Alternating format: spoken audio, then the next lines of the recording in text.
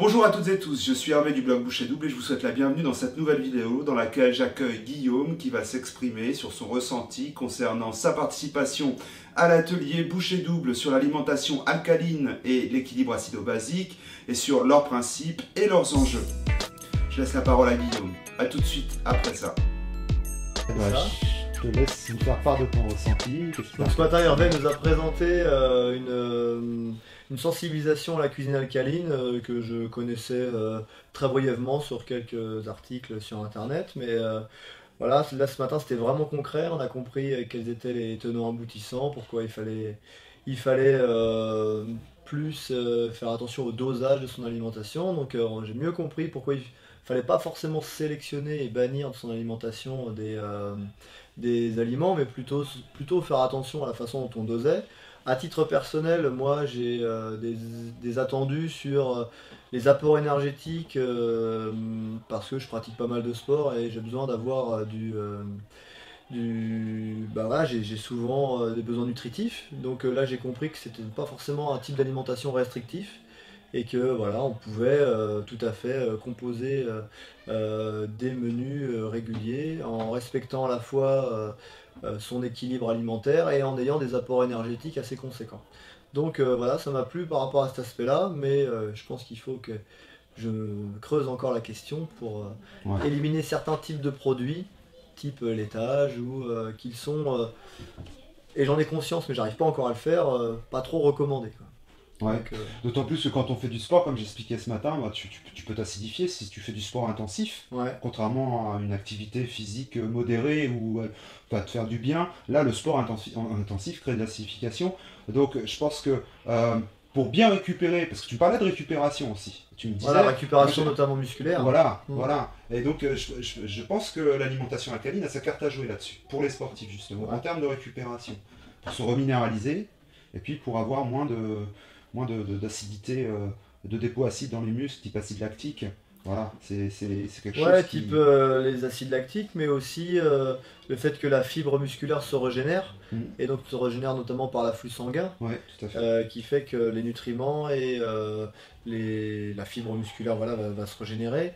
Bon, en fonction de mon alimentation, je sens bien que ma récupération n'est pas toujours la même. Alors ça c'est intéressant, tu l'as évoqué ça, tu peux en dire plus là-dessus sur le fait que ça varie vraiment de ce que tu manges, que ça...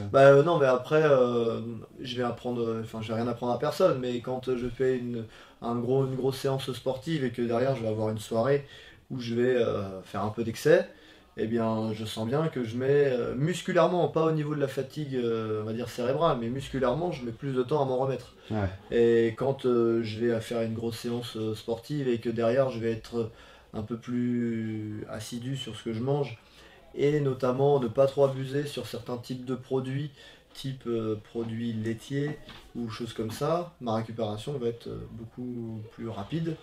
Et ça je l'ai senti. Mais maintenant, comme je ne me suis pas intéressé à la question, je ne sais pas bien m'organiser. Et ce matin, j'ai eu des éléments de réponse. D'accord. Ouais. Donc là, tu as fait le lien entre ce que toi tu ressentais intuitivement et puis les raisons, les causes qui font que effectivement ça te bloque dans ta récupération en quelque sorte. C'est ce que tu es en train de dire. Voilà, c'est ça, mais il y a toujours le spectre par contre de manquer de protéines qui est là au-dessus de la tête, et on se dit si je mange que des courgettes et des carottes, c'est bien sympa, mais je vais pas avoir ce qu'il faut pour tenir, quoi.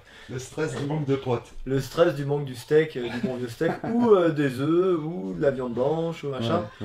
Et le fait qu'il n'y ait pas besoin de bannir ce type de produit dans l'alimentation alcaline me rassure. Et peut-être, voilà, va m'inciter peut-être pas à faire un virage à 180 degrés, mais à ponctionner quelques éléments. Donc t'as envie de t'y mettre en fait, t'es en train de dire ça là. T'as envie d'essayer. Pas m'y mettre de façon drastique, mais commencer par exemple, moi j'ai un copain qui fait énormément de sport, il a 40 ans, mon copain là. Il joue un foot encore à un bon niveau, il se fait rarement mal, il court 4 fois par semaine, il a une hygiène de vie correcte, mais il s'autorise des excès. Par contre, il a supprimé totalement les laitages de son alimentation. Et je vois que musculairement, il est performant. Donc, ce genre d'informations, plus des croisements Voilà. de connaissances, me font prendre conscience là moi j'ai 34 ans, me font prendre conscience qu'il faut quand même que je pense à réfléchir à ces problématiques-là, dans dans un futur proche, quoi. Ouais. L'âge que tu as là, c'est le cap où tu commences à prendre conscience que si tu rentres n'importe quoi dans ton corps, bah, au bout d'un moment tu vas le payer dans tes performances ou dans ta capacité à faire du sport ou des choses comme ça, pour ne parler que de ça. C'est, Ouais, voilà, et puis comme on a connu des âges de grâce au niveau physique et qu'on a envie de retrouver ces sensations-là, eh bien, le fait de pouvoir les retrouver le plus souvent possible, pas tout le temps, parce qu'on est conscient que le corps a ses cycles, a ses rythmes, etc. Mais le plus souvent possible, c'est quelque chose d'attrayant.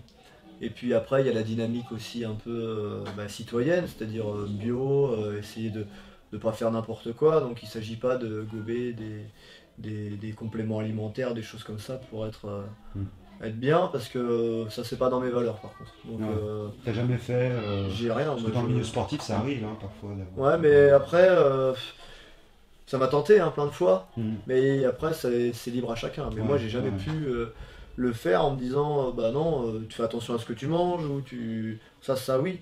Mais par contre, prendre des compléments, ça, je l'ai jamais fait. D'accord. Il y en a qui le font, pourquoi pas. Mais Ok. Bon, moi, ce que j'expliquais ce matin aussi, c'était le fait que les compléments auxquels tu fais allusion sont moins efficaces que les nutriments naturels qu'on peut trouver dans les produits. Simplement, c'est plus facile et c'est plus rapide.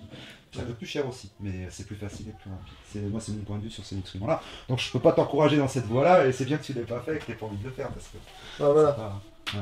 Après, voilà, ce qui m'a rassuré, c'est que avec les petites connaissances en physiologie que j'ai, mais basiques, les arguments m'ont paru sensés et m'ont paru aller dans le bon sens. Ouais.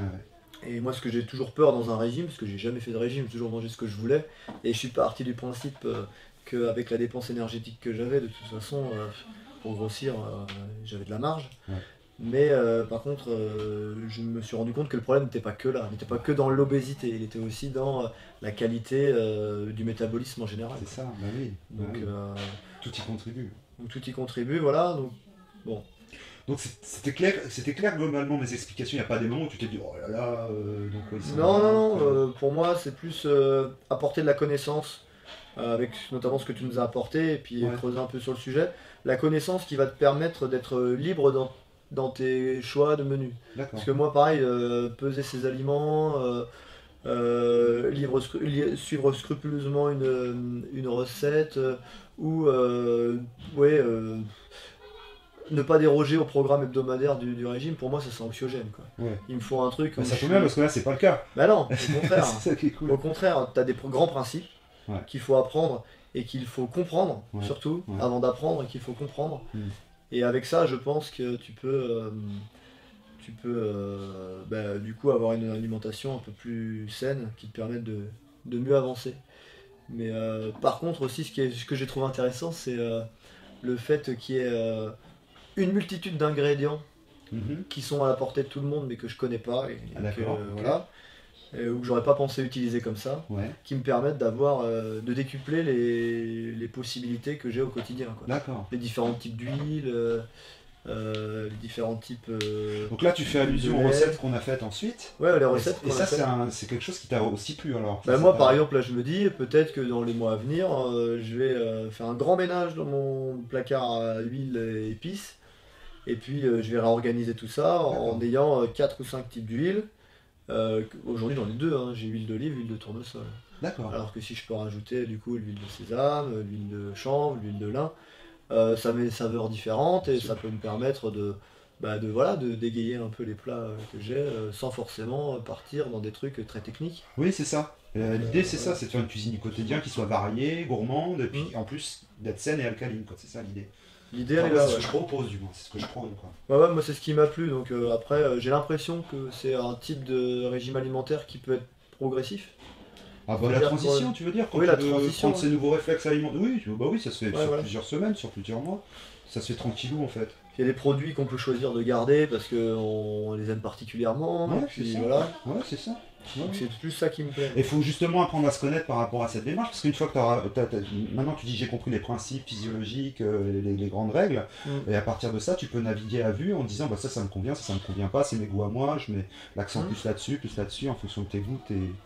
Ouais. C'est ça aussi l'important, c'est de faire à sa sauce.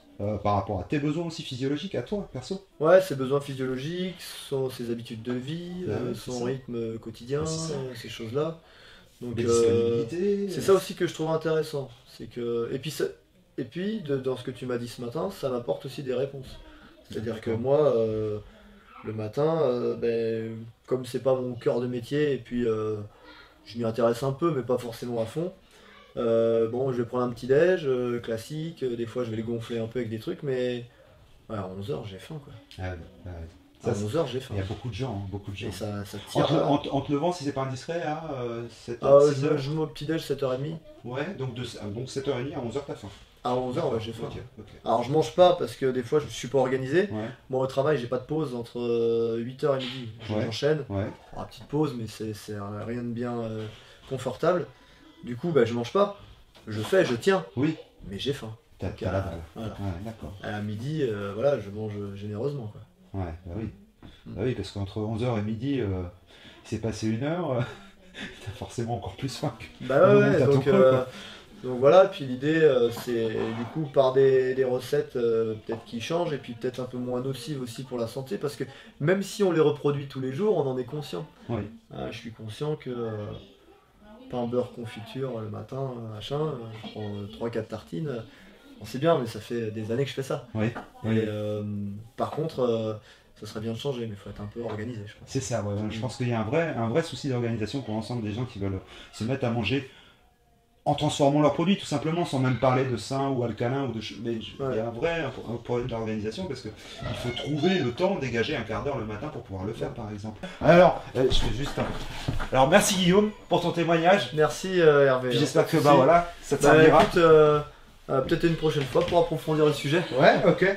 J'espère que le témoignage de Guillaume vous aura intéressé. Il est complémentaire de celui de Lucie et de Benoît, qui ont un point de vue forcément différent, puisque chacun est singulier. Quant à moi, j'en tire beaucoup d'expérience pour la suite, c'est-à-dire les futurs ateliers bouchées doubles sur l'alimentation alcaline, mais aussi la formation que je m'apprête à partager avec vous en ligne. En attendant, vous pouvez bien entendu vous inscrire sur le blog ou sur cette chaîne en cliquant sur l'un des 3 liens qui s'affichent, l'autre étant pour aller voir une vidéo antérieure à celle-ci. Je vous souhaite plein de bonnes choses. À bientôt.